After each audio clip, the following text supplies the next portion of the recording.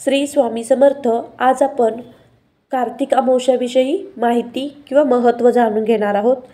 कार्तिक अमावस्या ही कोणत्या देवाला समर्पित आहे, कार्तिक अमावस्या दिवशी कशी पूजा करायची याविषयी माहिती जाणून घेऊया. यावर्षी नोव्हेंबर महिन्यात येणारी अमावस्या कार्तिक अमावस्या म्हणून ओळखली जाते. कार्तिक अमावस्येच्या दिवशी भगवान विष्णूची पूजा केली जाते. तसेच हिंदू धर्मामध्ये कार्तिक अमावस्या खूप महत्त्वाची मानली जाते. तसेच या दिवशी केलेली पूजा व उपवास विशेष फलदायी मानला जातो. कार्तिक अमावस्या कधी आहे तर कार्तिक अमावस्या ही हिंदू दिनदर्शिकेनुसार कार्तिक महिन्यातील कृष्ण पक्षाची अमावस्या शनिवारी 30 नोव्हेंबर रोजी सकाळी 10:29 सुरू होईल. तर ती अमावस्या तिथी 1 डिसेंबर रोजी सकाळी 11:51 असणार आहे. म्हणजे 11:51 संपणार आहे. अशा तऱ्हेने कार्तिक अमावस्येचे व्रत रविवार 1 डिसेंबर रोजी केले जाणार आहे.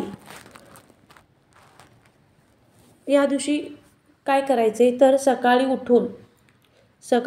उठून स्नानादी कार्य केल्यानंतर मंदिर स्वच्छ करून घ्यायचे, मनोभावे देवपूजा करायची, गणेशाला वंदन करायचे, विष्णूला पंचामृताने गंगेच्या पाण्याने अभिषेक घालायचा आहे. तसेच भगवंताला पिवळे चंदन, पिवळी फुले अर्पण करायची आहेत.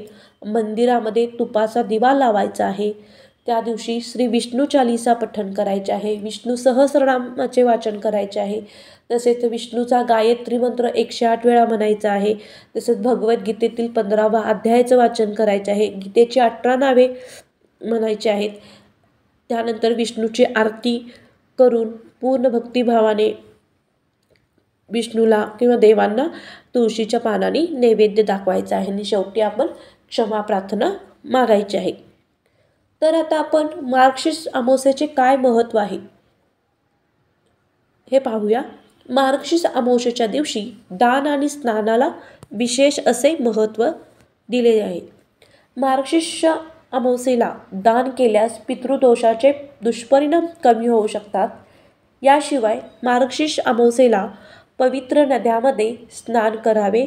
त्याचबरोबर या दिवशी गायी, कावळे आणि कुत्र्यांना खाऊ घातल्यास जीवनातील त्रास दूर होतात. तसेच कार्तिक अमावस्येला ओम श्री कृष्णाय नमः, ओम श्री रघुनाथाय नमः, ओम श्री दामोदराय नमः, ओम श्री जनार्दनाय नमः या मंत्राचा जप करायचा आहे. तसेच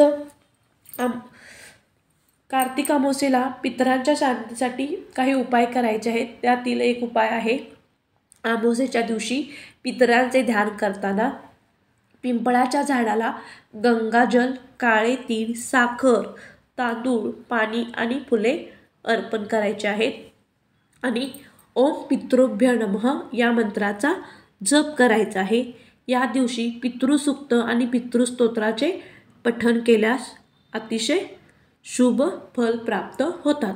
अशा प्रकारे कार्तिक अमावस्येच्या दिवशी सर्वांनी विष्णूची सेवा करून तसेच पितरांची सेवा करायची आहे. श्री स्वामी समर्थ.